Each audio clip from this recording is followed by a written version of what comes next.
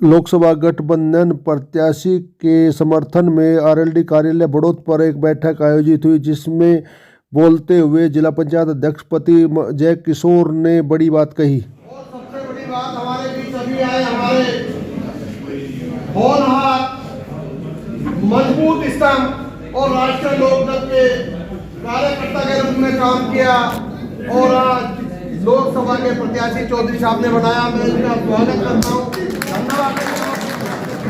हमारी बातचीत हुई और एक एक मुद्दे पर बात हुई, क्योंकि हम 10 साल उनके खिलाफ लड़ते रहे। तो ये भी सोचा और राष्ट्रीय अध्यक्ष हमारे जैन जी ने एक एक मुद्दे पे बात की, और जब उन्हें लगा कि एक एक मुद्दे का उन्होंने जवाब दिया, तब जाकर के हमारा गठबंधन हुआ। इससे पहले गठबंधन नहीं हुआ। कई बार आपने सुना होगा कि भारत रत्न हमारे श्रद्धेय देश के पूर्व प्रधानमंत्री चौधरी चरण सिंह जी को दिया, उन्होंने धन्यवाद किया, लेकिन धन्यवाद करने के बाद बीच में कई बार शंका रही कि गठबंधन हो रहा है या नहीं हो रहा। क्यों रही? क्योंकि एक एक मुद्दे पे बात होनी थी। जब बात पूरी होगी तब ये गठबंधन हुआ। और मैं आप सबसे कहना चाहता हूं कि हम हवा हवाई बहुत करते हैं और लिख लेते हैं यहाँ इतनी वोट इस समाज की, इतनी वोट इस समाज की, और ये भी हमारे साथ है, ये भी हमारे साथ है, लेकिन जिस दिन वोट खुलने का नंबर आता है तो हम वहां पिछड़ जाते हैं।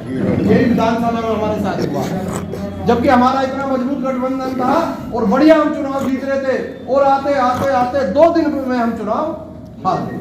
उसका परिणाम ये रहा कि हमारी एक सीट विधायक जी हमारे बैठे, हम बागमती भी हारे और बड़ौद भी हारे। बड़ौद तो आपने देखा भी होगा क्या हुआ।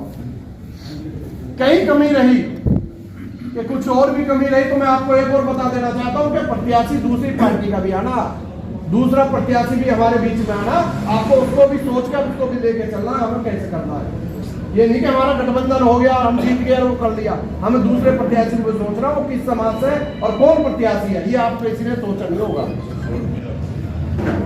तो मेरा कहना यह है कि ज्यादा रुके न मचा के, हमारी जो बीजेपी पार्टी है जो काम करती है और रुके कभी नहीं मचाती, साइलेंट होकर काम करती है, लेकिन साइलेंट होकर घर में ऐसे बैठ जाते और पता चलती कि घर में जहाँ हमारी लोकदल की 10 वोट थी, हमारी 2 निकली, वो 8 उनकी निकल गई। दूसरी बात कि जो हमारा भाईचारा था, जो हमारे भाई हमारे सामने खड़ा था, आज वो आज हमारे साथ खड़ा है। तो आप समझ लेना, जो 2000 से पहले का राष्ट्रीय लोकदल है वो आज आपके बीच में है कि हमारे 4 बाबा बैठे, 4 सबने वोट डलवाई, तो अब क्या ऐसी वोट डलनी चाहिए। एक एक गांव की ये जिम्मेवारी होगी।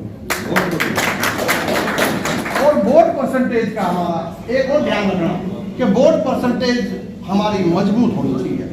हम छपरौली से लेके चले और ये चलते चलते हमारी जो 2 विधानसभा है, एक हमारी सिवाल खास, एक मोदी नगर है, तो जब हम चले तो हम यहीं से जीत जाए और वो हमारा अंतर दोनों विधानसभा इतना कर दे कि आने वाला टाइम है। और ये संदेश मैं आपको बताना चाहता हूं कि ये संदेश बीजेपी पार्टी को जाना है और ये देश के यशस्वी प्रधानमंत्री और अमित शाह तक भी जाना है कि उनको लगे हाँ लोकदल से हमने समझौता किया है, और उन्होंने मजबूती से इसका जवाब दिया और इतनी वोटों से जीता है।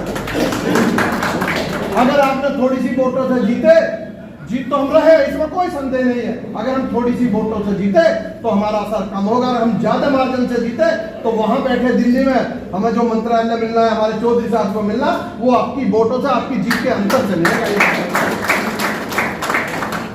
तो मैं ज्यादा ना कहते हुए, जो भी मुझे जिम्मेवारी दी गई है, जिले का मुझे भी प्रभारी बनाया गया है, पूरे जिले का दिया गया है, मैं मजबूती से मैं आपके साथ हूं।